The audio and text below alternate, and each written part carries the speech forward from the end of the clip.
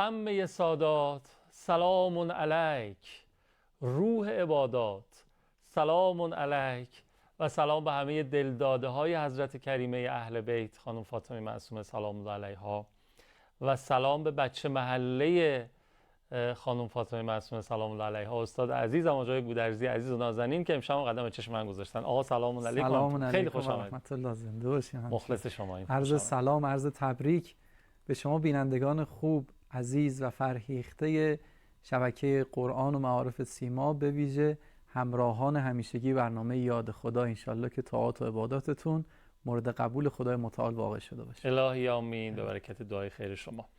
چه خبر؟ الحمدلله، همه چی خوبه؟ خدا رو شکر. مخلص. این که فرمودید بچه محله حضرت معصومه سلام الله علیها، از روایات برمیاد که همه شیعیان اهل محله حضرت معصومه سلام الله علیها هستند.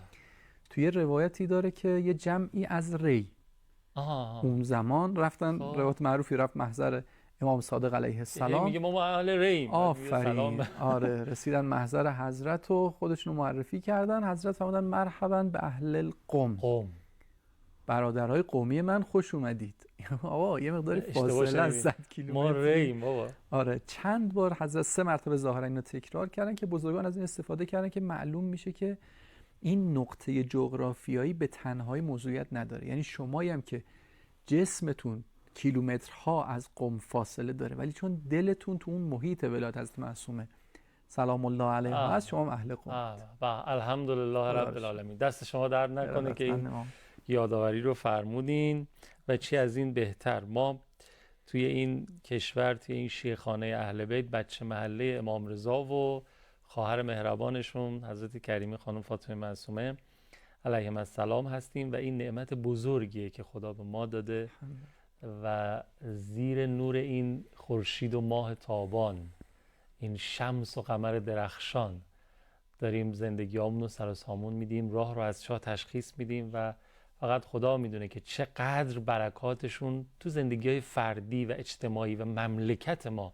شامل حال هممون شده. انشالله که بیش از پیش قدردان باشیم. انشالله. ممنون از این یادآوری. بزرگوار هستید. زنده باشین. خب ما توی برنامه اولمون درباره زیارت از شما شنیدیم، مخصوص زیارت حضرت معصومه سلام الله علیها. برنامه دوممون درباره جایگاه شفاعت ایشان از شما شنیدیم. برنامه سوم که امشب باشه چه هدیه برای مردم آوردیم؟ بزرگوار است. مخلصی. بسم الله الرحمن الرحیم. یه نکته درباره حضرت معصومه سلام الله علیها، منتها یه مقداری نیاز به مقدمه طولانی داره. شاید خیلی مقدمه طولانی بشه ولی میارزه که به اون ذل مقدمه برسیم ولو کوتاه باشه. پس حتما موضوع خیلی مهمه که مقدمش انقدر مفصله. بالاخره برای شناخت و معرفت نسبت به این ساحت مبارک یه مقداری باید یه وقتی بذاریم و یه مقدمات رو کنار هم بچینیم تا انشالله نتیجه خوبی خیلی خوب بتونیم بگیریم. سراپا گوشیم. بزرگوار هستیم. ببینید، رسیدن به خدای متعال، اون چیزی که حالا ما اسمشو میذاریم قرب، نمیدونم کمال، سعادت، هر چی، خب برای اینکه به خدا برسیم یک شرایطی نیازه، یک آدابی نیازه، یک کارهایی نیازه. خب در واقع یک جوری میخوایم یه هزینه‌ای پرداخت بکنیم برای اینکه ارزشمندترین موجود عالم رو بتونیم به دست بیاریم. قطعاً و قطعاً و قطعاً همه ما، اعمال ما و کارهای ما هر چقدر که خوب باشه، قیمت اون موجود با عظمت نیست و نمیتونیم اونو به دست بیاریم. خب چه کار کنیم؟ یعنی آقا ما محرومیم از خدای متعال، ما بی بهره ایم از خدای متعال. که میگیم محروم و بی بهره از خدا، من یه چیزی تو پرانتز بگم. این قرب خدا شاید معناش یکی از معانی که خیلی ساده بخوایم بگیم، معنای لذت بردن از خدا باشه. چطور؟ دیدید بعضیا مثلا یه حالی با امام حسین علیه السلام دارن، یه حسی، یه رابطه با امام زمان دارن، بعد میگیم آقا شما کجایید؟ میگین اینا مقربان مثلا سید الشهدان، مقربان امام زمانن. یعنی چی؟ یعنی اینا یه درکی از امام دارند که اصلا نمیتونه از امام جدا بشه، پیش امام، با امام و لذیذترین جای عالم رو همین بودن در کنار اون میدونه. خب شاید الان مثل منی خیلی درکی از خدا نداشته باشه، طعم شیرین بودن در کنار خدا رو خیلی نچشه. این به خاطر اینکه کوچیکم.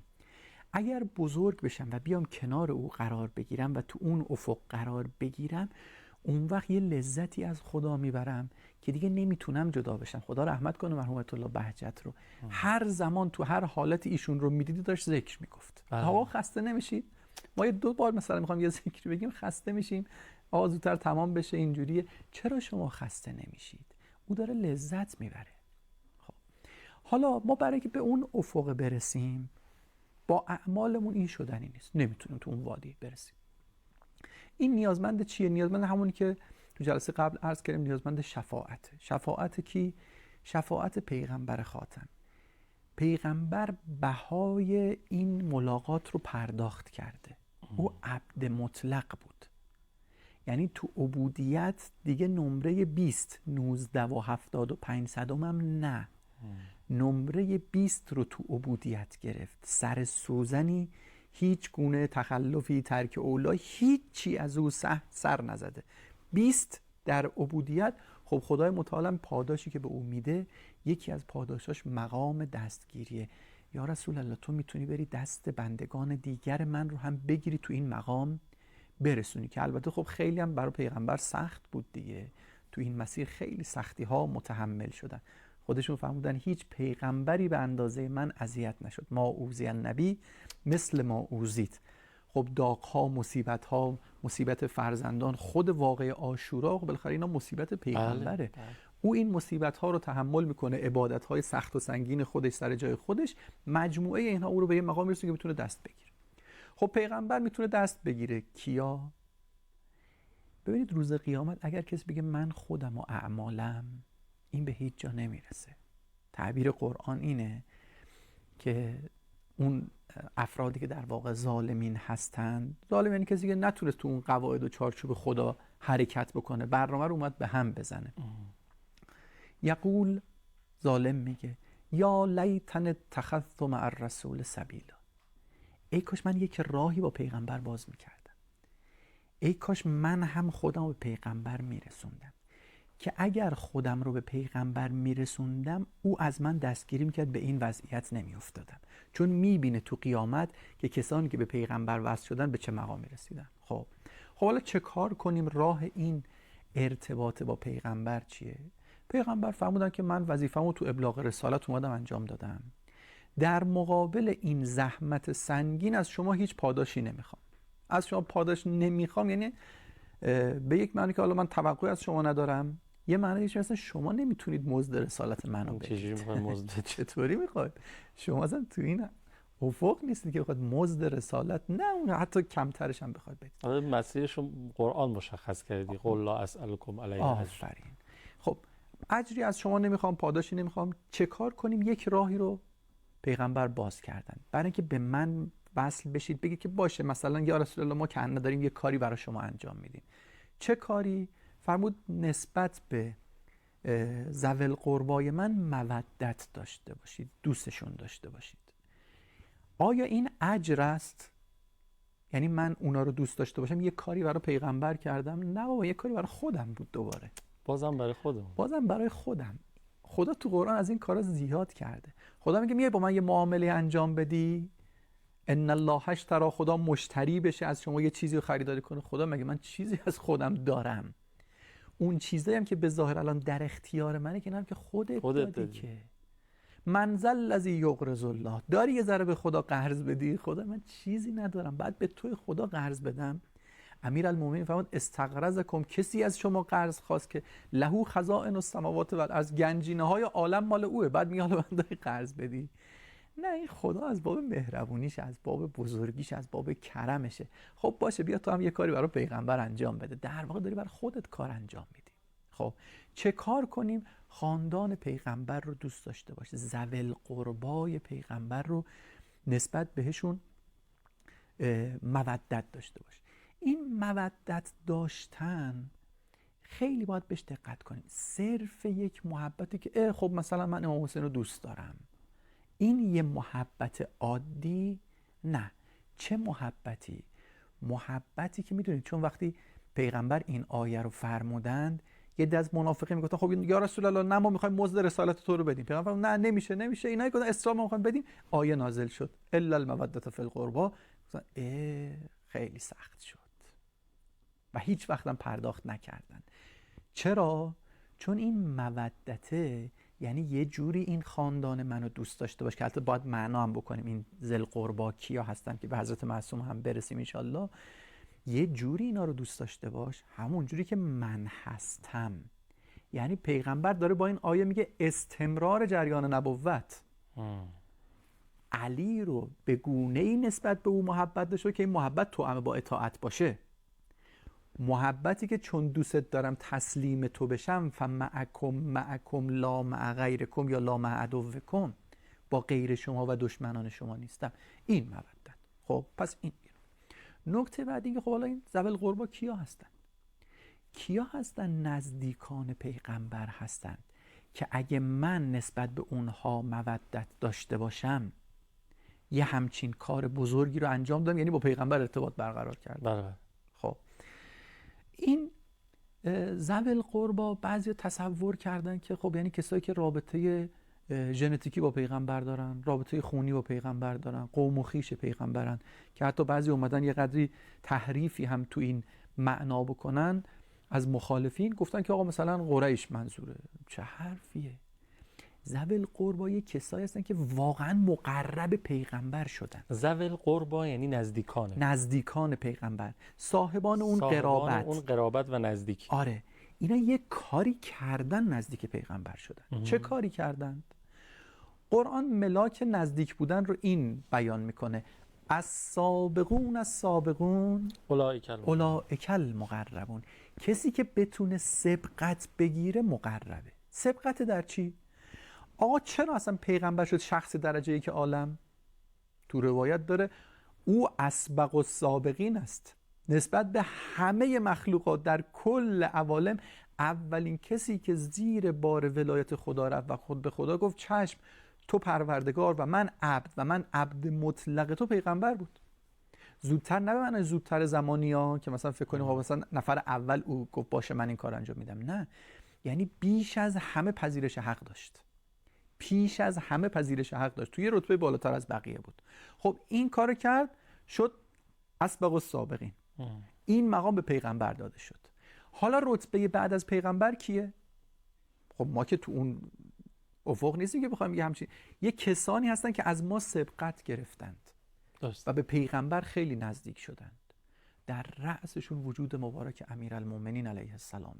تو روایات ما داریم امیرالمومنین به حسب ظاهر دوران مثلا کودکی و اوایل نوجوانی بود دیگه، که در واقع جبرئیل تو غار حرا بر پیغمبر نازل شد. تعبیر پیغمبر نسبت به امیرالمومنین اینه که علی جان تو میشنوی اونی که من دارم میشنوم و میبینی اونی که من دارم میبینم. یا رسول تو چی داری میبینی؟ جبرئیل رو دارم میبینم. چی میشنوی؟ وحی رو دارم میشنوم. این خیلی بالاتر از قبول کردن و پذیرش رسالت پیغمبر ها. بله. یک کسی تو این مرتبه، تو این مقام آنچنان رسالت پیغمبر رو زودتر از دیگران و بیشتر از دیگران پذیرفته که شده اسبق السابقین نسبت به ولایت پیغمبر. تو اون ماجرایی که امام حسن علیه السلام تو اون صلح تحمیلی که معاویه به خدعه به حضرت تحمیل کرد، خب بعد از اینکه اون ماجرا اتفاق افتاد توی جلسه‌ای قرار شد که حضرت صحبت کنه. تو اون جلسه الان امام مجتبی میخواد صحبت کنه، خب صلح تحمیل شد و این فضا اتفاق افتاده. تماما امام حسن شروع کرد راجع به امیرالمومنین صحبت کردن، راجع به فضائل امیرالمومنین علیه السلام گفت و این تعبیر رو به کار بردن که انی، از یه جمله رو از امیرالمومنین نقل کردن که پدرم فرمود انی اسبق السابقین الی الله و الی رسوله و اقرب المقربین الی الله و الی رسوله. من اون کسی بودم که زودتر از دیگران به پیغمبر ایمان آوردم و سبقت گرفتم نسبت به دیگران در پذیرش ولایت خدا و ولایت پیغمبر. خب این مقام میشه مقام اهل بیت علیهم السلام. پس خب ما تا اینجا متوجه شدیم که ذوی القربای پیامبر نفر اول رو فرمودین امیرالمؤمنین بعد از پیامبر، که در واقع اجرای تالی تلو پیامبر هستن و حالا از سابقون رو دارین تشریح می‌فرمایید. اینجا نگه داریم این ملاکش خیلی مهمه ها. ملاکش همین سبقت گرفتن است. اولین کسی که به معنای بالاترین رتبه تو پذیرش ولایت پیغمبر امیرالمؤمنین بود. لذا او شد نزدیکترین فرد به پیغمبر.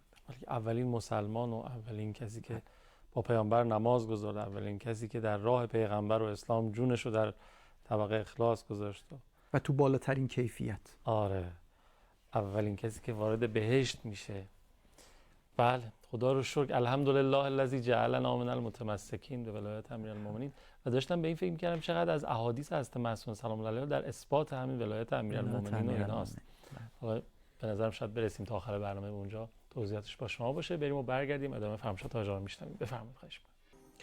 خب، عرضم به حضور شما که ما تا اینجا محضر حجت الاسلام و المسلمین گودرزی عزیز و نازنین آموختیم که پیامبر فرمودن که صلوات الله علیه و آله اجر رسالت رو در واقع مودت نسبت به اهل بیت دونستن. این مودتی هستش که باز هم خودشون در واقع به ما عطا کردن و ما در واقع اجازه دادن که ما بهشون نزدیک بشیم، دوستشون داشته باشیم و باز این به درد اونها نمیخوره، به درد ما میخوره. در واقع یه جورایی محبت به ماست که دارن و حالا دارن ذوی القربا رو مطرح میکنن که چه کسانی هستن. از سابقون رو مطرح کردن و اولین کسی که سبقت گرفت در واقع عرضم به حضور شما که اطاعت از پیامبر خدا امیرالمؤمنین امام علی علیه السلام بود و در ادامه مباحثشون بشنویم. حدود 7 دقیقه پایان برنامه وقت. بله، عرض می‌کردیم کسانی که به پیغمبر نزدیک شدن و ذوی القربای پیغمبر شدن اینا کسانی هستند که یه ویژگی داشتن. ویژگی اونها سبقت گرفتن در ایمان بود. از دیگران جلوتر زدن، بالاتر از دیگران شدن نزدیکان پیغمبر. خب ما مأمور شدیم به محبت اینها. خیلی قشنگ وادی فقط وادی محبته و این محبت هم کار رو ساده میکنه، هم کار رو شیرین میکنه و همون ارتباطه رو محکم میکنه. ما کسی که دوست داشته باشیم به این راحتی ازش جدا نمیشیم و هر چقدر این محبت شدیدتر و عمیق‌تر باشه این پیوستگی و اتصال هم بیشتر میشه. یک بار ساده رو دوش ما گذاشتن اهل بیت علیهم السلام رو دوست داشته باشید، کما که با خود خدا تو تربیتش نسبت به پیغمبرم همین بود. تو روایت داریم که ان الله ادب نبیه علی محبته. تربیت خود پیغمبر، خدا میخواد پیغمبرش رو هم تربیت کنه، با همین وادی محبت تربیت میکنه. وقتی پیغمبر تو این محبت به اوج رسید، خب توی اوجی از عشق و دلدادگی و محبت قرار گرفت، بعد میگه خدا اختیار تمام عوالمو دست پیغمبر دادم. خدا اختیار بندگاشو به همین سادگی به کسی نمیده. اختیار بندگانش رو دست کسی میده که میدونه او عاشق بندگانش هست. توی نقل شیرین داره حضرت موسی علیه السلام خب سالها چوپانی میکرد دیگه، از مصر که فرار کرد اومد محضر حضرت شعیب، خب سالها چوپانی میکرد. یه بزغاله‌ای داشت خیلی شیطون بود، یه بار این از دست حضرت موسی فرار کرد. حضرت موسی این ور اون ور بود و از این کوه برو بالا، اینم شیطنت بگرد، رفت با سختی تونست بگیرتش. خب بابا کلی خستش کردی پیغمبر خدا رو، کلی دوید، کلی مثلا سختی کشید، حالا مثلا باید علالقاعده دعوا کنه. میگه حضرت موسی علیه السلام این بزغاله رو بغل کرد، شروع کرد نوازشش کردن. گفت عزیزم اگه دنبالت میدوام برای خودته، نگرانتم، از گله جدا بشی نصیب گرگ میشی. وحی نازل شد موسی به خاطر این محبت شدید نسبت به مخلوقاته که خدا اختیار بندگانش دست تو داد. حالا این محبت حضرت موسی علیه السلام کجا؟ محبت نبی خاتم کجا؟ این محبت عجیب. تو ماجرای حضرت ابراهیم علیه السلام وقتی که حضرت ابراهیم اومد همسرش رو و حضرت اسماعیل علیه السلام رو اومد کنار کعبه گذاشت، خدایا من زن و بچه‌مو اومدم گذاشتم کجا؟ به وادن غیر ذی زرع. یه سرزمین بی آب و علف، اینجا خانه توست. یه نکته لطیفی اینجا هست، میگه ربنا انی اسکنت من ذریتی، خدای من از فرزندانم، از ذریم اینجا گذاشتم. ببین کیو اینجا گذاشته در واقع حضرت ابراهیم؟ یک نفر رو، بله. حضرت اسماعیل. 2 تا پسر داشت، جناب اسحاق علیه السلام، جناب اسماعیل علیه السلام. حضرت اسماعیل رو اینجا گذاشت، حضرت اسحاق جای دیگه. نفرمود یه دونه از بچه ها ما اینجا گذاشتم. اسکنت من ذریتی، یه بخشی از ذریه من. خب میدونید اهل بیت علیهم السلام از نسل کیان؟ حضرت اسماعیل علیه السلام. در واقع اینجا داره خدا حضرت ابراهیم چیکار میکنه؟ آینده نگری میکنه، که ان داره اهل بیت علیهم السلام رو داره میبینه، میگه خدای من اینا رو گذاشتم اینجا، این با همه اون کسانی که میخوان از نسل او به دنیا که از اینجا چیکار بکنن؟ لیقیموا الصلاة، از اینجا بیان دین تو رو در واقع اقامه کنن. بعد یه دعا میکنه حضرت ابراهیم که تو روایت داریم که اهل بیت فرمودن این دعا برای ما بود. میفهمد فجعل افئدة من الناس تهوی الیهم، خدای دلهای یه عده‌ای رو عاشق اینا کن، یه کاری کن اینا واله و شیدای اینا بشن. چون اگر گروهی عاشق اینها شدن، مودت و محبت نسبت به اینها پیدا کردن، اون وقت میتونیم امت باشون ایجاد بکنیم. پس در واقع برای ما دعا کردن، برای ما هم در واقع دعا کردن. بله دیگه، ما عاشق اونها بشیم و ما استجابت دعای حضرت ابراهیم علیه السلام و خدا رو شکر الحمدلله بله که این اتفاق برای ما افتاده. خب حالا به ما گفتن آقا شما اینا رو دوست داشته باشید. کیا رو دوست داشته باشید؟ کسایی که مقربین هستن. یه کاری که کار خیلی سختی نیست. آدم کسی که دوستش داشته باشه، سخت ترین کارها هم برای رسیدن به او آسون میشه. خب این ذل قربایی که ما مأمور به مودتشون شدیم، که اگر به اینها محبت داشته باشیم با پیغمبر اتصال برقرار میکنیم، که اون وقت پیغمبر دست ما رو میگیره به اون وادی نور میکشونه. توی روایت داریم پیغمبر فرمود من ریشه یک درختم، هر چی گیر شما میاد از طریق ریشه است دیگه. برگ تو روایت داره که برگ های اون درخت شیعیان ما هستن، هر چی اون برگ استفاده میکنه از طریق ریشه است. یعنی بار هدایت ما تو همه جنبه بر عهده پیغمبره. بعد فرمود امیرالمومنین و حضرت زهرا تنه این درخت، اهل بیت شاخه های این درخت، شیعیان ما برگ های این درخت. یعنی ما از طریق اهل بیت به اینا وصلیم. از چه طریقی؟ از طریق محبت و مودت، این دوست داشتنی که ما رو به اینها نگه می‌داره. خب حضرت معصومه سلام الله علیها شأن ذی القربا بودن رو داره. چرا اینو عرض میکنم؟ از این جهت که گفتیم کیا نزدیک پیغمبر هستن؟ کسانی که در یک کاری سبقت گرفتن. بله بله. سبقت گرفت. کی در مسیر تکمیل کار سید الشهدا از بقیه سبقت گرفت؟ حضرت زینب سلام الله علیها. کی در مسیر تثبیت ولایت علی ابن موسی رضا علیه السلام و بست و گسترش شیعه در این منطقه از عالم بیش از همه و پیش از همه سبقت گرفت؟ حضرت معصومه سلام الله علیها. پس سابقین نسبت به امام رضا علیه السلام میشه حضرت معصومه، میشه ذوی القربای امام رضا علیه السلام. حالا اگر کسی نسبت به این بزرگوار مودت و رحمت داشته باشه، در واقع به پیغمبر وصل بیاد تا پیغمبر او رو به کجا میرسونه؟ به ملکوت میرسونه. همونی که به حضرت معصومه عرض میکنیم که تو شأنم من الشأن، یه جایگاه ویژه داری. کجا؟ پیش پیغمبر. این همون چیزیست که شاید پدر مرحوم آیت الله مرعشی نجفی خیلی دوست داشت که مثلا زائر حضرت زهرا سلام الله علیها بشه دیگه. خیلی از عزیزان ما این ماجرا رو شنیدن. ریاضت‌هایی و عبادت‌های سنگینی رو متحمل شد، بهش فهموندن که نمیشه. زیارت از زهرا سلام الله علیها راز اسراره. به این راحتی کسی دستش به از زهرا نمیشه. زمان ظهور این اتفاق میفته. اما هر چی میخوای اونجا تو زیارت از زهرا به دست بیاری، اینجا بیا از حضرت معصومه سلام الله علیها بخوا، اونجا بهت میدن.